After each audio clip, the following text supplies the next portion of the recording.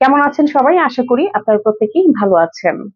অর্থনৈতিকভাবে সমৃদ্ধ দেশ কুয়েতে বিভিন্ন প্রকার কর্মীর কিন্তু ব্যাপক চাহিদা রয়েছে।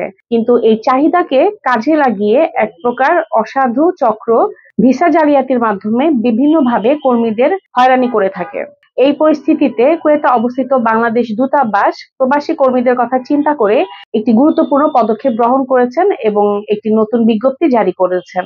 নতুন এই নিয়ম এবং বিজ্ঞপ্তি অনুযায়ী গৃহকর্মী ও একক শ্রমিক ভিসা সত্যায়নের জন্য কুয়েতি মালিক বা কাফিলকে অবশ্যই দূতাবাসে সশরীরে হাজির হতে হবে। অর্থাৎ কুয়েতি মালিক বা কাফিল কর্তৃক সরাসরি ভিসার সত্যায়ন অনুরোধ গ্রহণ করা হবে।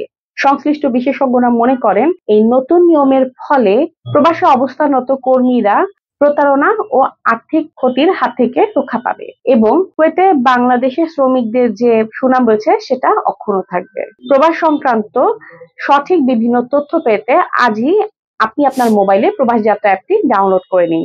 ভালো থাকবেন সবাই। ধন্যবাদ সবাইকে।